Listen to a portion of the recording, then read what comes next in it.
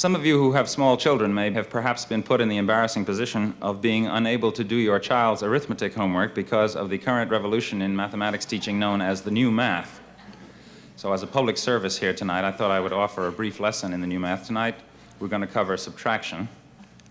This is the first room I've worked for a while. It didn't have a blackboard, so we will have to make do with more primitive visual aids, as they say in the ed biz.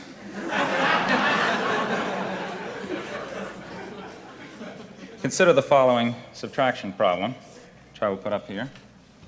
342 minus 173. Now, remember how we used to do that. 3 from 2 is 9, carry the 1, and if you're under 35 or went to a private school, you say 7 from 3 is 6, but if you're over 35 and went to a public school, you say 8 from 4 is 6. And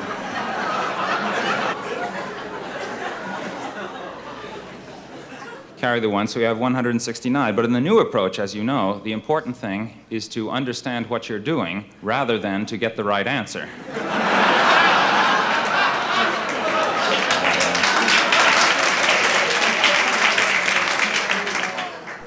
Here's how they do it now. You can't take 3 from 2. 2 is less than 3, so you look at the 4 in the tens place. Now that's really 4 tens, so you make it 3 tens, regroup, and you change a 10 to 10 ones, and you add them to the 2 and get 12, and you take away 3, that's 9. Is that clear? Now instead of 4 in the tens place, you've got 3 because you added 1, that is to say 10 to the 2, but you can't take 7 from 3, so you look in the hundreds place. From the 3, you then use 1 to make 10 ones, and you know why 4 plus minus 1 plus 10 is 14 minus 1, because addition is commutative, right? And so you got 13 tens, and you take away 7, and that leaves 5. Well, 6, actually, but the idea is the important thing. Now go back to the hundreds place. You're left with 2, and you take away 1 from 2, and that leaves... Everybody get 1? Not bad for the first day. Hooray for new math, new math. It won't do you a bit of good to review math. It's so simple, so very simple, that only a child can do it. Now that actually is not the answer that I had in mind, because the book that I got this problem out of wants you to do it in base 8. But don't panic. Base 8 is just like base 10, really, if you're missing 2 fingers.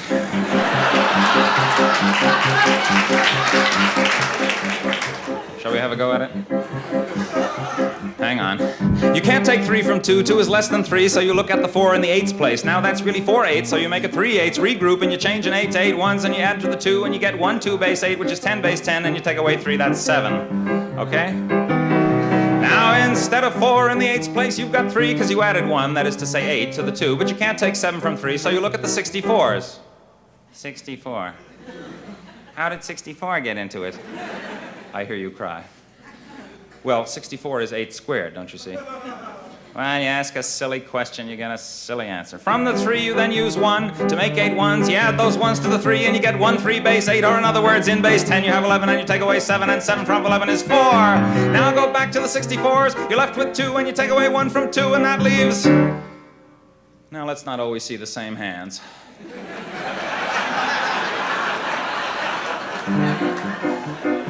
1, that's right. Whoever got 1 can stay after the show and clean the erasers. Hooray for new math, new math.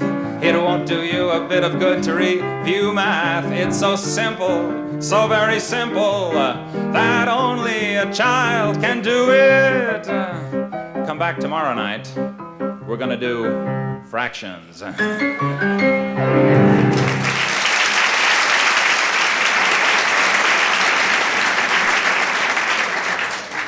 You know, I've often thought I'd like to write a mathematics textbook someday because I have a title that I know will sell 1 million copies. I'm going to call it Tropic of Calculus.